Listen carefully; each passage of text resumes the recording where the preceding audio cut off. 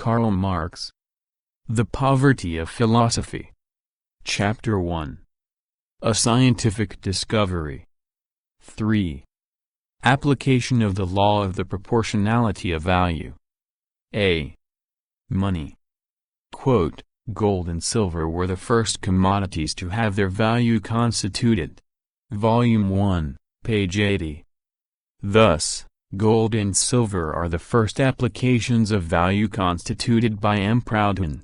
And as M. Proudhon constitutes the value of products, determining it by the comparative amount of labor embodied in them, the only thing he had to do was to prove that variations in the value of gold and silver are always explained by variations in the labor time taken to produce them. M. Proudhon has no intention of doing so. He speaks of gold and silver not as commodities, but as money. His only logic, if logic it be, consists in juggling with the capacity of gold and silver to be used as money for the benefit of all the commodities which have the property of being evaluated by labor time. Decidedly there is more naivete than malice in this jugglery. A useful product, once it has been evaluated by the labor time needed to produce it, is always acceptable in exchange. Witness, cries M. Proudhon, gold and silver, which exists in my desired conditions of exchangeability.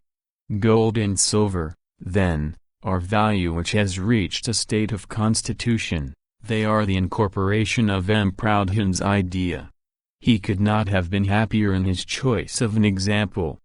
Gold and silver, apart from their capacity of being commodities, evaluated like other commodities, in labor time, have also the capacity of being the universal agents of exchange, of being money. By now considering gold and silver as an application of value constituted by labor time, nothing is easier than to prove that all commodities whose value is constituted by labor time will always be exchangeable, will be money. A very simple question occurs to M. Proudhon. Why have gold and silver the privilege of typifying constituted value? Quote, "The special function which usage has devolved upon the precious metal, that of serving as a medium for trade, is purely conventional, and any other commodity could, less conveniently perhaps, but just as reliably, fulfill this function. Economists recognize this, and cite more than one example. What then is the reason for this universal preference for metals as money? And what is the explanation of this specialization of the function of money, which has no analogy in political economy? Is it possible to reconstruct the series from which money seems to have broken away, and hence to trace it back to its true principle?" Volume 1, pages 68 to 69. Straight away, by formulating the question in these terms, M. Proudhon has presupposed the existence of money. The first question he should have asked himself was, why, in exchanges as they are actually constituted, it has been necessary to individualize exchangeable value, so to speak, by the creation of a special agent of exchange. Money is not a thing. It is a social relation. Why is the money relation a production relation like any other economic relation, such as the division of labor, etc.? If M. Proudhon had properly taken account of this relation, he would not have seen in money an exception, an element detached from a series unknown or needing reconstruction. He would have realized, on the contrary, that this relation is a link, and, as such, closely connected with a whole chain of other economic relations, that this relation corresponds to a definite mode of production neither more nor less than does individual exchange. What does he do? He starts off by detaching money from the actual mode of production as a whole, and then makes it the first member of an imaginary series, of a series to be reconstructed. Once the necessity for a specific agency of exchange, that is, for money, has been recognized, all that remains to be explained is why this particular function has developed upon gold and silver rather than upon any commodity. This is a secondary question, which is explained not by the chain of production relations, but by the specific qualities inherent in gold and silver as substances. If all this has made economists for once go outside the domains of their own science, to dabble in physics, mechanics, history and so on, as M. Proudhon reproaches them with doing, they have merely done what they were compelled to do. The question was no longer within the domain of political economy. What no economist, says M. Proudhon, has either seen or understood is the economic reason which has determined, in favor of the precious metals, the favor they enjoy. Volume 1, page 69. This economic reason which nobody, with good ground indeed, has seen or understood, M. Proudhon has seen, understood and bequeathed to posterity. Quote, "What nobody else has noticed is that, of all commodities, gold and silver were the first to have their value attain constitution. In the patriarchal period, gold and silver were still bartered and exchanged in ingots, but even then they showed a visible tendency to become dominant and received a marked degree of preference. Little by little the sovereigns took possession of them and affixed their seal to them, and of this sovereign consecration was born money, that is, the commodity par excellence, which, notwithstanding all the shocks of commerce, retains a definite proportional value and makes itself accepted for all payments. The distinguishing character of gold and silver is due, I repeat, to the fact that, thanks to their metallic properties, to the difficulties of their production, and above all to the intervention of state authority, they early won stability and authenticity as commodities." End of quote. To say that, of all commodities, gold and silver were the first to have their value constituted, is to say, after all that has gone before, that gold and silver were the first to attain the status of money. This is M. Proudhon's great revelation. This is the truth that none had discovered before him. If, by these words, M. Proudhon means that of all commodities, gold and silver are the ones whose time of production was known the earliest, this would be yet another of the suppositions with which he is so ready to regale his readers. If we wished to harp on this patriarchal erudition, we would inform M. Proudhon that it was the time needed to produce objects of prime necessity, such as iron, etc., which was the first to be known. We shall spare him Adam Smith's classic bow. But, after all that, how can M. Proudhon go on talking about the constitution of a value, since a value is never constituted by itself? It is constituted, not by the time needed to produce it by itself, but in relation to the quota of each and every other product which can be created in the same time. Thus the constitution of the value of gold and silver presupposes an already completed constitution of a number of other products. It is then not the commodity that has attained, in gold and silver, the status of constituted value, it is M. Proudhon's constituted value that has attained, in gold and silver, the status of money. Let us now make a closer examination of these economic reasons which, according to M. Proudhon, have bestowed upon gold and silver the advantage of being raised to the status of money sooner than other products, thanks to their having passed through the constitutive phase of value. These economic reasons are, the visible tendency to become dominant, the marked preferences even in the patriarchal period, and other circumlocutions about the actual fact, which increase the difficulty, since they multiply the fact by multiplying the incident which M. Proudhon brings in to explain the fact. M. Proudhon has not yet exhausted all the so-called economic reasons. Here is one of sovereign, irresistible force. Quote, "Money is born of sovereign consecration. The sovereigns take possession of gold and silver and affix their seal to them." Volume 1, page 69. Thus, the whim of sovereigns is for M. Proudhon the highest reason in political economy.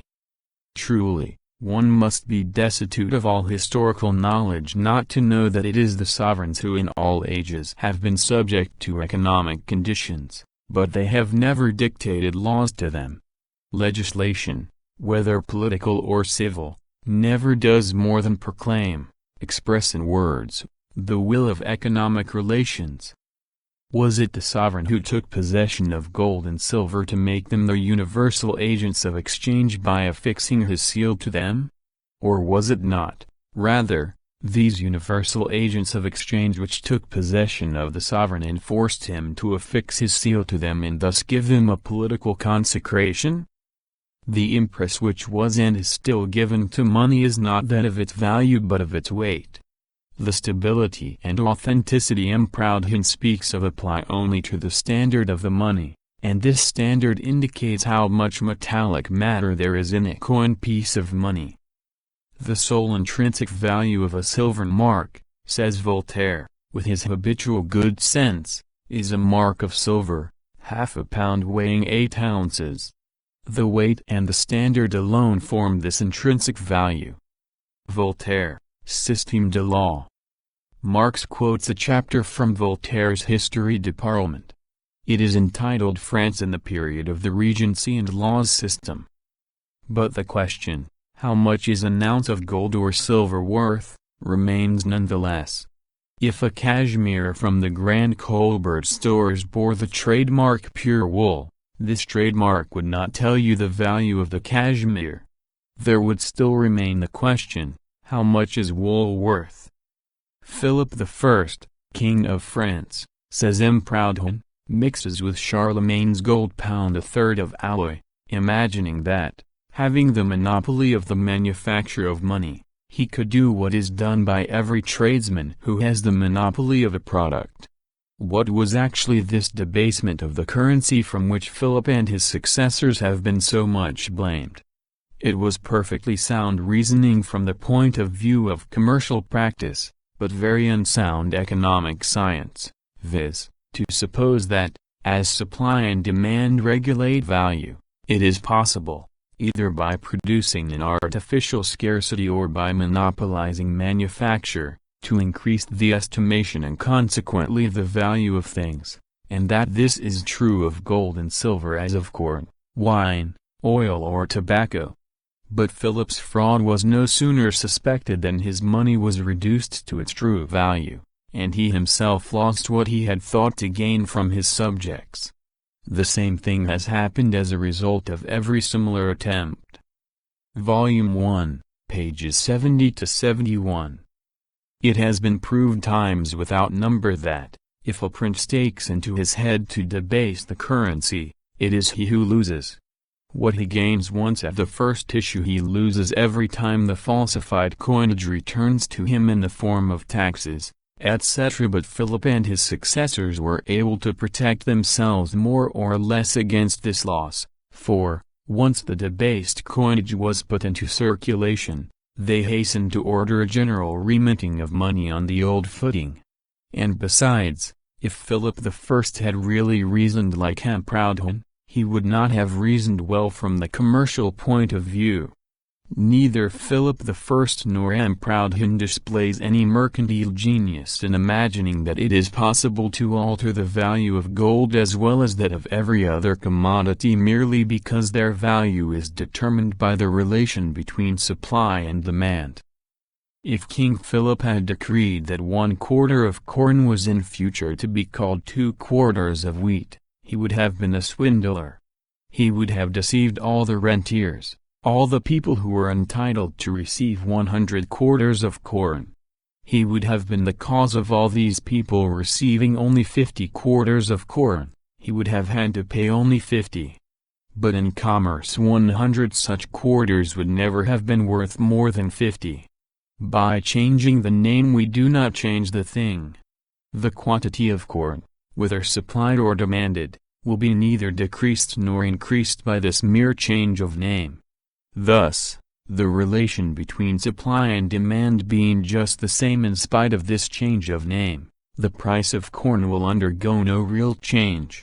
When we speak of the supply and demand of things, We do not speak of the supply and demand of the name of things. Philip I was not a maker of gold and silver, as M. Proudhon says, he was a maker of names for coins. Pass off your French cashmeres as Asiatic cashmeres, and you may deceive a buyer or two, but once the fraud becomes known, your so-called Asiatic cashmeres will drop to the price of French cashmeres. When he put a false label on gold and silver, King Philip could deceive only so long as the fraud was not known. Like any other shopkeeper, he deceived his customers by a false description of his wares, which could not last for long. He was bound sooner or later to suffer the rigor of commercial laws. Is this what M. Proudhon wanted to prove? No. According to him, it is from the sovereign and not from commerce that money gets its value. And what has he really proved? That commerce is more sovereign than the sovereign. Let the sovereign decree that 1 mark shall in future be 2 marks, commerce will keep on saying that these 2 marks are worth no more than 1 mark was formerly. But, for all that, the question of value determined by the quantity of labor has not been advanced a step. It still remains to be decided whether the value of these 2 marks, which have become what 1 mark was once, is determined by the cost of production or by the law of supply and demand.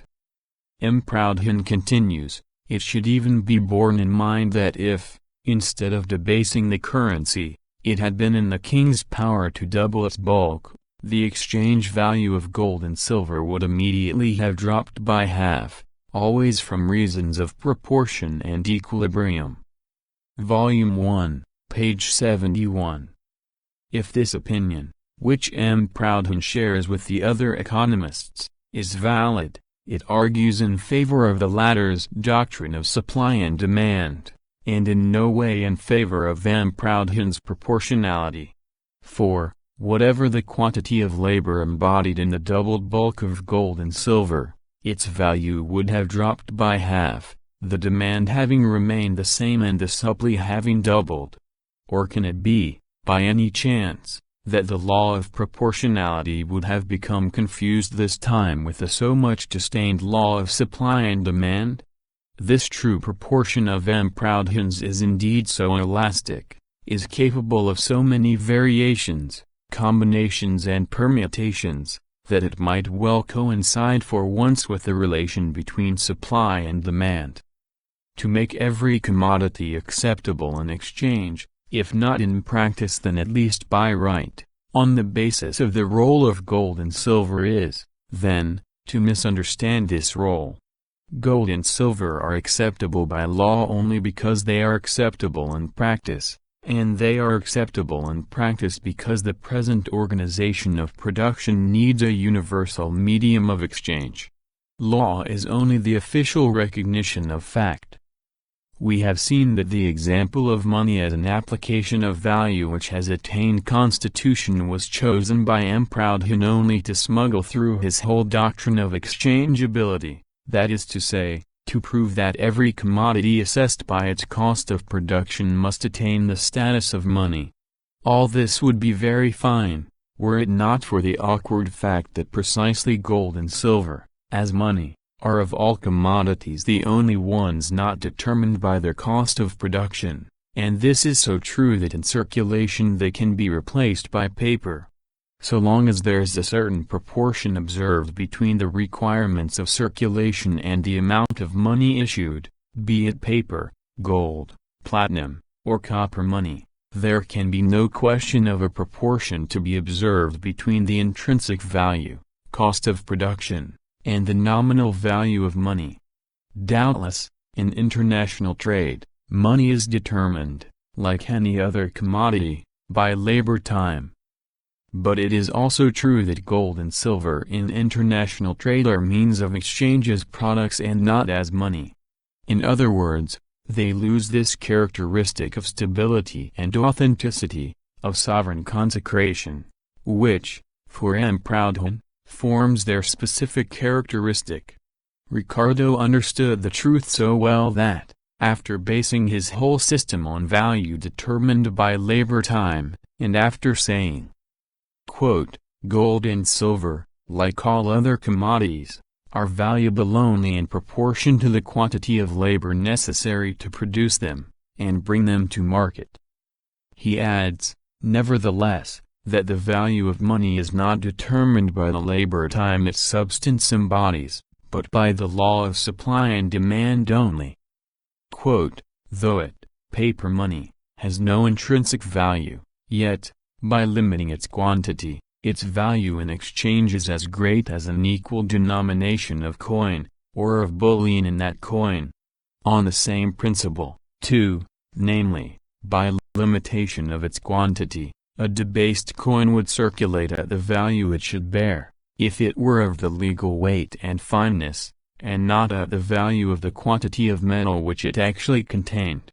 In the history of the British coinage, we find, accordingly, that the currency was never depreciated in the same proportion that it was debased, the reason of which was, that it never was increased in quantity, in proportion to its diminished intrinsic value. Ricardo, Loco Citado, pages 206–7.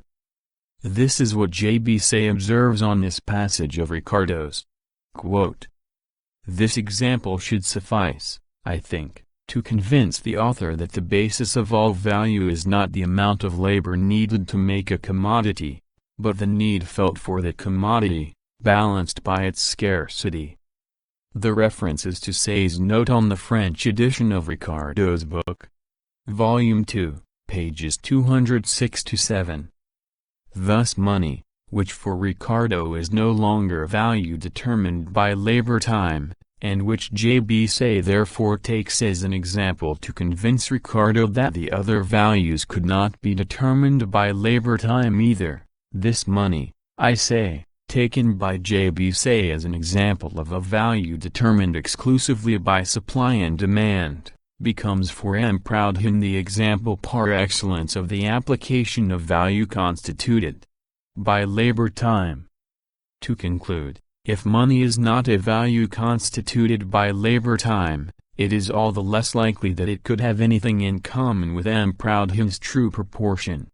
Gold and silver are always exchangeable, because they have the special function of serving as the universal agent of exchange, and in no wise because they exist in a quantity proportional to the sum total of wealth, or, to put it still better, they are always proportional because, alone of all commodities, they serve as money, the universal agent of exchange, whatever their quantity in relation to the sum total of wealth.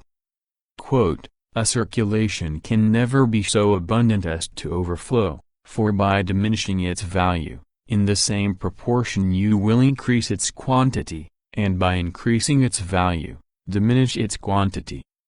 Ricardo, Volume 2, page 205. "What an imbroglio this political economy is!" cries M. Proudhon. Volume 1, page 72. "Cursed gold!" cries a communist flippantly, through the mouth of M. Proudhon. You might as well say, cursed wheat, cursed vines, cursed sheep, for just like gold and silver, every commercial value must attain its strictly exact determination. Volume 1, page 73. The idea of making sheep and vines attain the status of money is not new. In France, it belongs to the age of Louis XVI. At that period, money having begun to establish its omnipotence, the depreciation of all other commodities was being complained of, and the time when every commercial value might attain a strictly exact determination, the status of money, was being eagerly invoked. Even in the writings of Bois Gilbert, one of the oldest of French economists, we find, quote, "Money, then, by the arrival of innumerable competitors in the form of commodities themselves, re-established in their true values, will be thrust back again within its natural limits." Economists Financiers du XVIIIe siècle, Der edition, page 422. one sees that the first illusions of the bourgeoisie are also their last. b. Surplus labor. Quote. In works on political economy we read this absurd hypothesis: if the price of everything were doubled.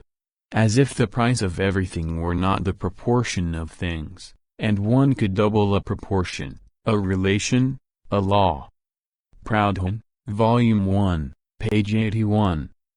Economists have fallen into this error through not knowing how to apply the law of proportionality and of constituted value.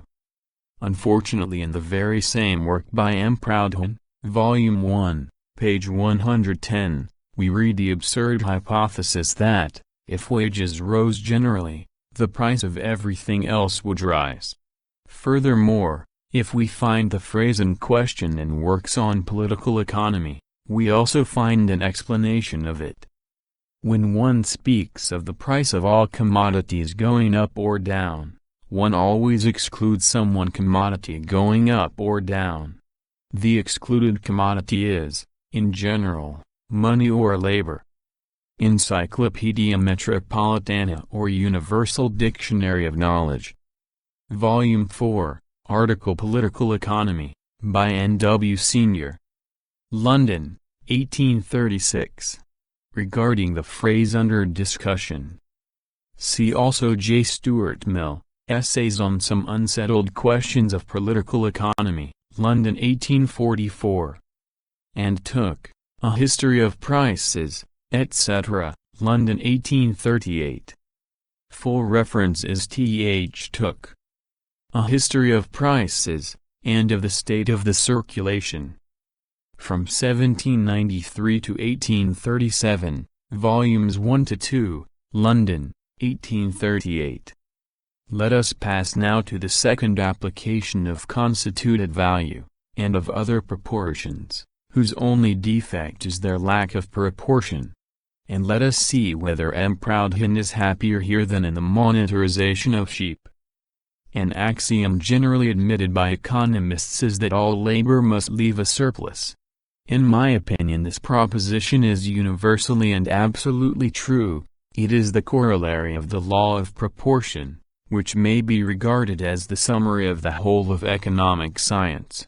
But, if the economists will permit me to say so, the principle that all labor must leave a surplus is meaningless according to their theory, and is not susceptible of any demonstration. Proudhon, Volume 1, page 73. To prove that all labor must leave a surplus, M. Proudhon personifies society. He turns it into a person, society, a society which is not by any means a society of persons, since it has its law apart, which have nothing in common with the persons of which society is composed, and its own intelligence, which is not the intelligence of common men, but an intelligence devoid of common sense. M. Proudhon reproaches the economists with not having understood the personality of this collective being. We have pleasure in confronting him with the following passage from an American economist, who accuses the economists of just the opposite. The moral entity, the grammatical being called a nation, has been clothed in attributes that have no real existence except in the imagination of those who metamorphose a word into a thing. This has given rise to many difficulties and to some deplorable misunderstanding in political economy. Th. Cooper, Lectures on the Elements of Political Economy, Columbia, 1826. The first edition of the book was published in Columbia in 1826. A second, enlarged edition appeared in London in 1831. This principle of surplus labor, continues M. Proudhon, is true of individuals only because it emanates from society, which thus confers on them the benefit of its own laws. Volume 1, page 75. Does M. Proudhon mean thereby merely that the production of the social individual exceeds that of the isolated individual? Is M. Proudhon referring to the success of the production of associated individuals over that of non-associated individuals? If so, We could quote for him 100 economists who have expressed this simple truth without any of the mysticism with which Proudhon surrounds himself. This, for example, is what Mr. Sadler says. Combined labor produces results which individual exertion could never accomplish. As mankind, therefore, multiply in number, the products of their united industry would greatly exceed the amount of any mere arithmetical addition calculated on such an increase. In the mechanical arts, as well as in pursuits of science, a man may achieve more in a day than a solitary individual could perform in his whole life. Geometry says that the whole is only equal to the sum of all its parts, as applied to the subject before us. This axiom would be false. Regarding labor, the great pillar of human existence, it may be said that the entire product of combined exertion almost infinitely exceeds all which individual and disconnected efforts could possibly accomplish. T. Sadler, The Law of Population, London 1830. Volume 1, pages 83 and 84. To return to Proudhon. Surplus labor, he says, is explained by the person, society. The life of this person is guided by laws, the opposite of those which govern the activities of man as an individual. He desires to prove this by facts. The discovery of an economic process can never provide the inventor with a profit equal to that which he procures for society. It has been remarked that railway enterprises are much less a source of wealth for the contractors than for the state. The average cost of transporting commodities by road is 18 centimes per ton per kilometer, from the collection of the goods to their delivery. It has been calculated that at this rate an ordinary railway enterprise would not obtain 10% net profit, a result approximately equal to that of a road transport enterprise. But let us suppose that the speed of rail transport compared with that of road transport is as 4:1. Since in society time is value itself, the railway would, prices being equal, present an advantage of 400% over road transport. Yet this enormous advantage, very real for society, is far from being realized in the same proportion for the carrier, who, while bestowing upon society an extra value of 400%, does not for his own part draw 10%. To bring the matter home still more pointedly, let us suppose, in fact, that the railway puts up its rate to 25 centimes, the cost of road transport remaining at 18, it would instantly lose all its consignments. Senders, receivers, everybody would return to the van, to the primitive wagon if necessary. The locomotive would be abandoned. A social advantage of 400% would be sacrificed to a private loss of 35%. The reason for this is easily grasped. The advantage resulting from the speed of the railway is entirely social, and each individual participates in it only in a minute proportion. It must be remembered that at the moment we are dealing only with the transport of goods, while the loss strikes the consumer directly and personally. A social profit equal to 400 represents for the individual, if society is composed only of 1,000,000 men, 4/10,000ths, while a loss of 33% for the consumer would suppose a social deficit of 33 million. Proudhon, Volume 1, page 75, 76. Now, we may even overlook the fact that Proudhon expresses a quadrupled speed as 400% of the original speed, but that he should bring into relation the percentage of speed and the percentage of profit and establish a proportion between two relations which, although measured separately by percentages, are nevertheless incommensurate with each other, is to establish a proportion between the percentages without reference to denominations. Percentages are always percentages, 10% and 400% are commensurable, they are to each other as 10 is to 400. Therefore, concludes Proudhon, A profit of 10% is worth 40 times less than a quadrupled speed. To save appearances, he says that, for society, time is money.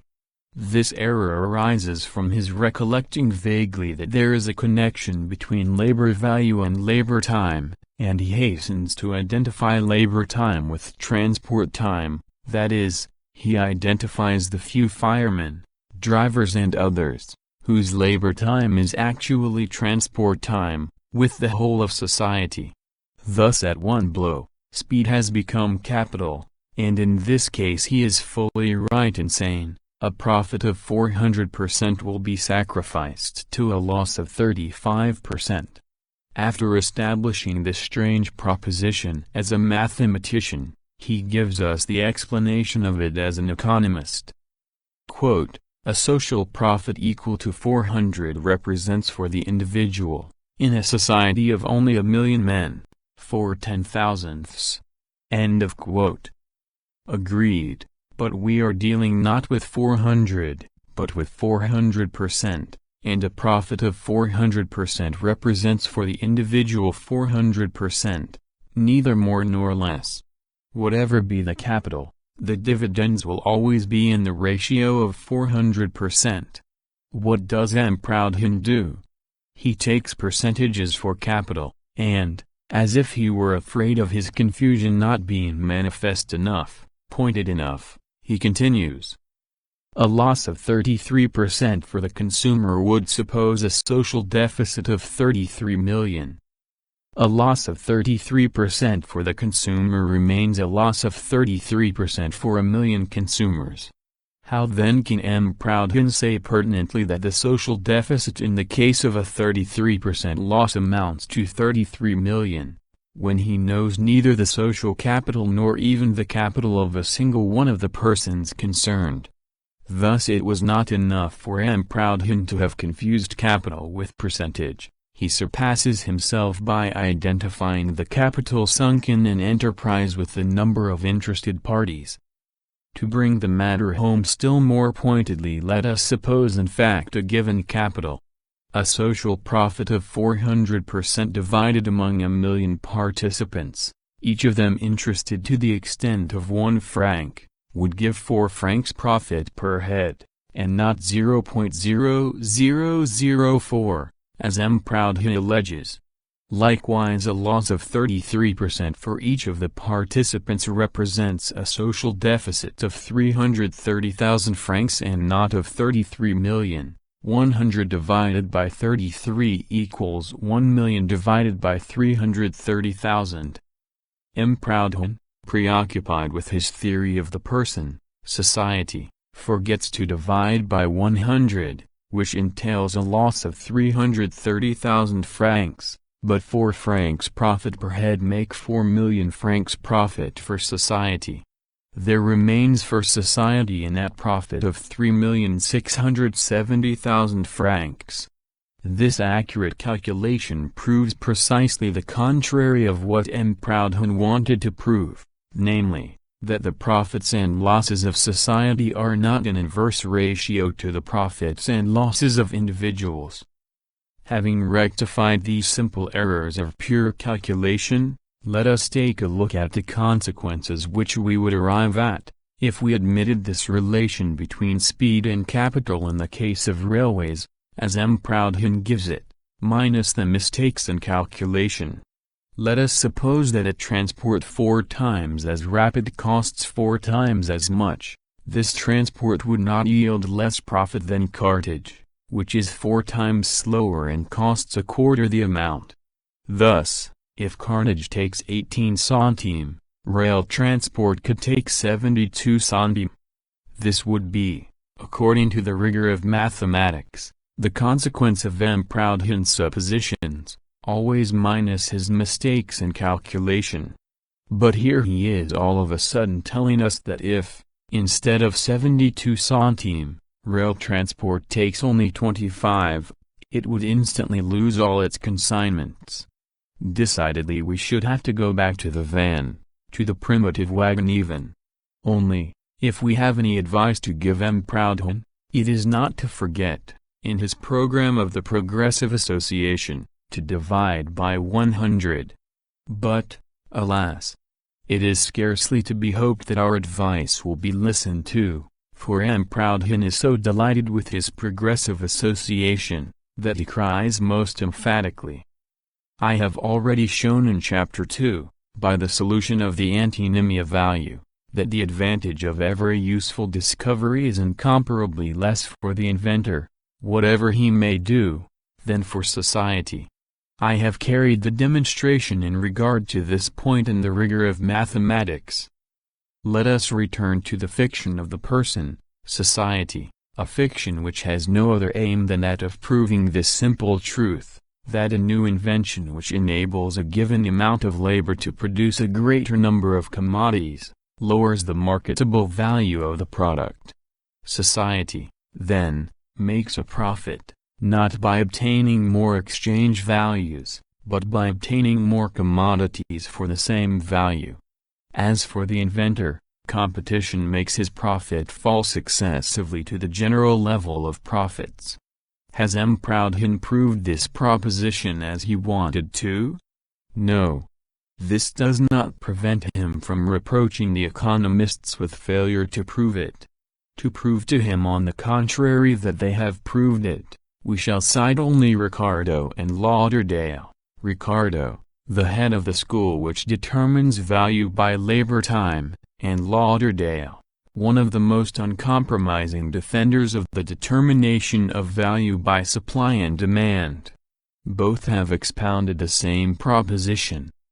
Quote, by constantly increasing the facility of production, we constantly diminish the value of some of the commodities before produced, though by the same means we not only add to the national riches, but also to the power of future production. As soon as by the aid of machinery, or by the knowledge of natural philosophy, you oblige natural agents to do the work which was before done by man, the exchangeable value of such work falls accordingly. If 10 men turned a corn mill, and it be discovered that by the assistance of wind, or of water, the labor of these 10 men may be spared, the flour which is the produce partly of the work performed by the mill, would immediately fall in value, in proportion to the quantity of labor saved, and the society would be richer by the commodities which the labor of the 10 men could produce, the funds destined for their maintenance being in no degree impaired. Ricardo, Volume 2, page 59. Lauderdale, in his turn, says, in every instance where capital is so employed as to produce a profit, it uniformly arises, either, from its supplanting a portion of labor, which would otherwise be performed by the hand of man, or, from its performing a portion of labor, which is beyond the reach of the personal exertion of man to accomplish. The small profit which the proprietors of machinery generally acquire, when compared with the wages of labor, which the machine supplants, may perhaps create a suspicion of the rectitude of this opinion. Some fire engines, for instance, draw more water from the coal pit in one day than could be conveyed on the shoulder of 300 men, even assisted by the machinery of buckets, and a fire engine undoubtedly performs its labor at a much smaller expense than the amount of the wages of those whose labor it thus supplants. This is, in truth, the case with all machinery. All machines must execute the labor that was antecedently performed at a cheaper rate than it could be done by the hand of man. If such a privilege is given for the invention of a machine, which performs, by the labor of one man, a quantity of work that used to take the labor of 4, as the possession of the exclusive privilege prevents any competition in doing the work, but what proceeds from the labor of the workman, their wages, as long as the patent continues, must obviously form the measure of the patentee's charge, that is to secure employment. He has only to charge a little less than the wages of the labor which the machine supplants. But when the patent expires, other machines of the same nature are brought into competition, and then his charge must be regulated on the same principle as every other, according to the abundance of machines. The profit of capital employed, though it arises from supplanting labor, comes to be regulated, not by the value of the labor it supplants but, as in all other cases, by the competition among the proprietors of capital that presents itself for performing the duty, and the demand for it. Pages 119, 123, 124, 125, 134. Finally, then, so long as the profit is greater than in other industries, capital will be thrown into the new industry until the rate of profit falls to the general level. We have just seen that the example of the railway was scarcely suited to throw any light on his fiction of the person, society. Nevertheless, M. Proudhon boldly resumes his discourse. With these points cleared up, nothing is easier than to explain how labor must leave a surplus for each producer. Volume 1, page 77. What now follows belongs to classical antiquity. It is a poetical narrative intended to refresh the reader after the fatigue which the rigor of the preceding mathematical demonstrations must have caused him. M. Proudhon gives the person, society, the name of Prometheus, whose high deeds he glorifies in these terms. First of all, Prometheus emerging from the bosom of nature awakens to life, in a delightful inertia, etc., etc. Prometheus sets to work, and on his first day, the first day of the second creation, Prometheus' product, that is, his wealth, his well-being, is equal to 10. On the second day, Prometheus divides his labor, and his product becomes equal to 100. On the third day and on each of the following days, Prometheus invents machines, discovers new utilities in bodies, new forces in nature. With every step of his industrial activity, there is an increase in the number of his products, which marks an enhancement of happiness for him. And since, after all, to consume is for him to produce, it is clear that every day's consumption, using up only the product of the day before, leaves a surplus product for the next day.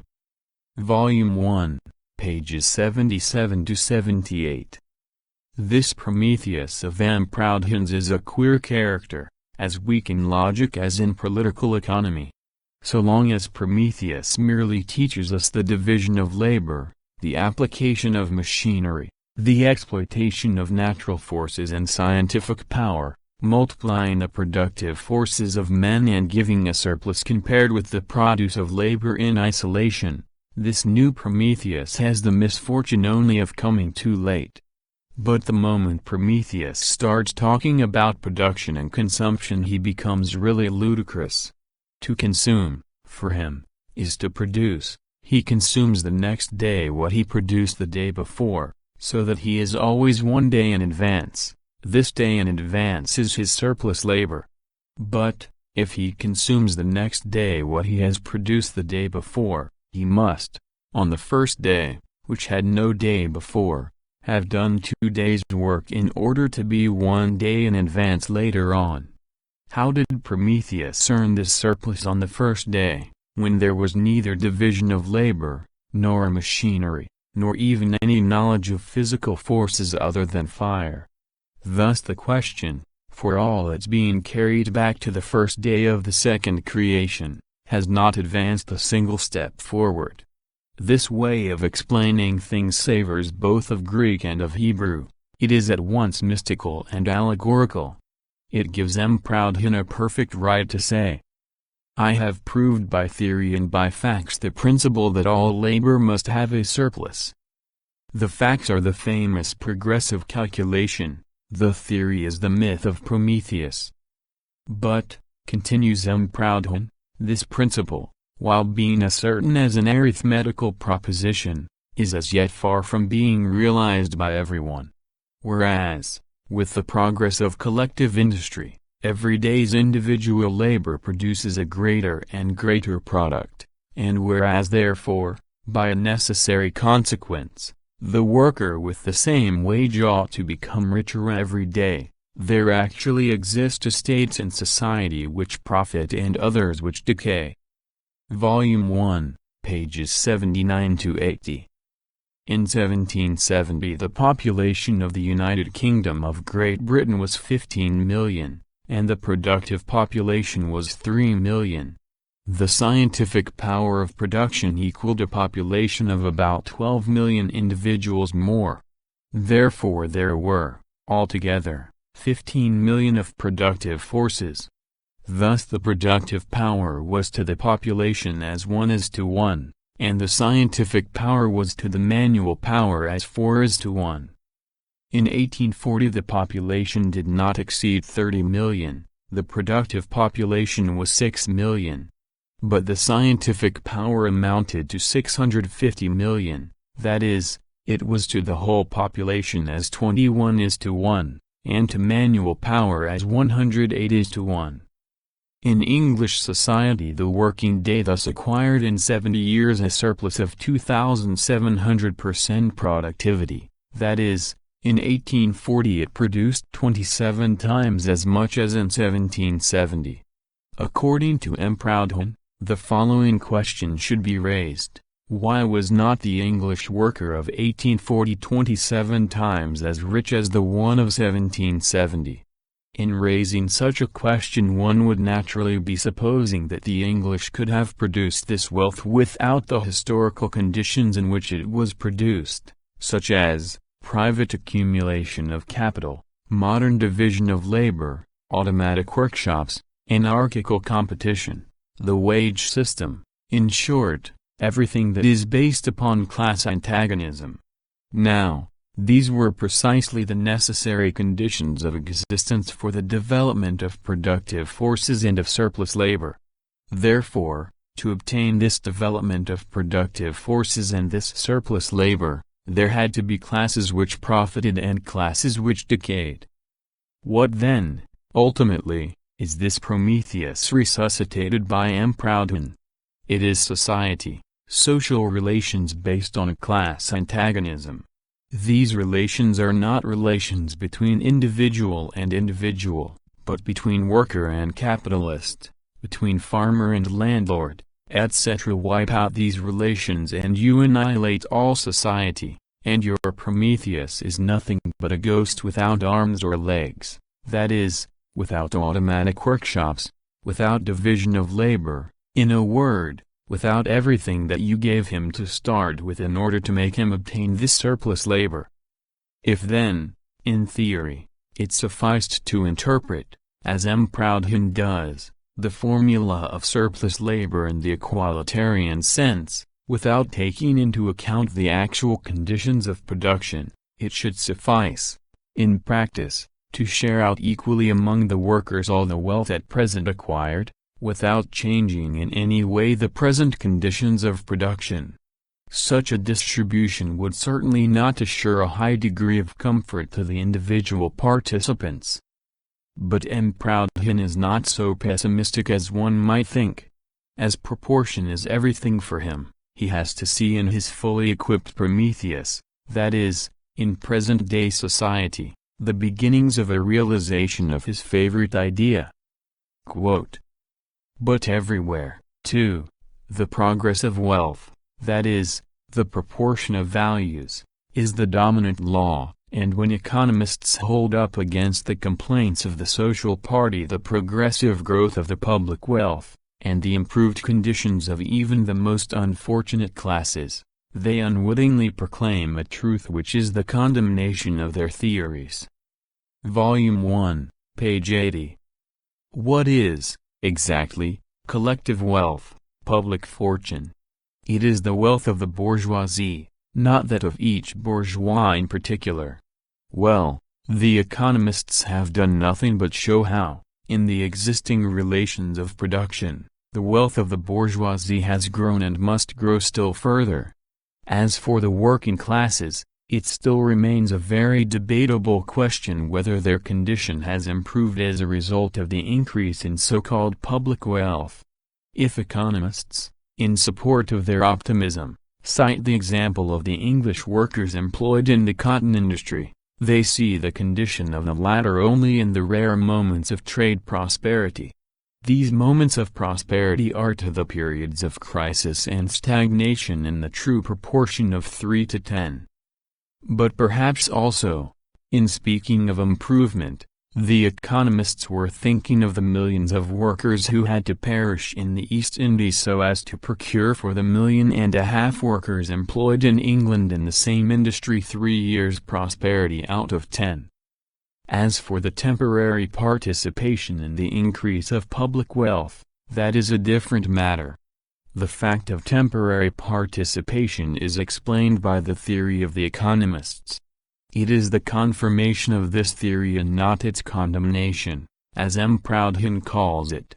If there were anything to be condemned, it would surely be the system of M. Proudhon, who would reduce the worker, as we have shown, to the minimum wage, in spite of the increase of wealth. It is only by reducing the worker to the minimum wage that he would be able to apply the true proportion of values, a value constituted by labor time. It is because wages, as a result of competition, oscillate now above, now below, the price of food necessary for the sustenance of the worker, that he can participate to a certain extent in the development of collective wealth, and can also perish from want. This is the whole theory of the economists who have no illusions on the subject. After his lengthy digressions on railways, on Prometheus, and on the new society to be reconstituted on constituted value, M. Proudhon collects himself, emotion overpowers him and he cries in fatherly tones. Quote, I beseech the economists to ask themselves for one moment, in the silence of their hearts, far from the prejudices that trouble them and regardless of the employment they are engaged in or hope to obtain, of the interests they subserve, or the approbation to which they aspire, of the honors which nurse their vanity, let them say whether before this day the principle that all labor must leave a surplus appeared to them with this chain of premises and consequences that we have revealed. Volume 1, page 80. End of Chapter 1, Part 3.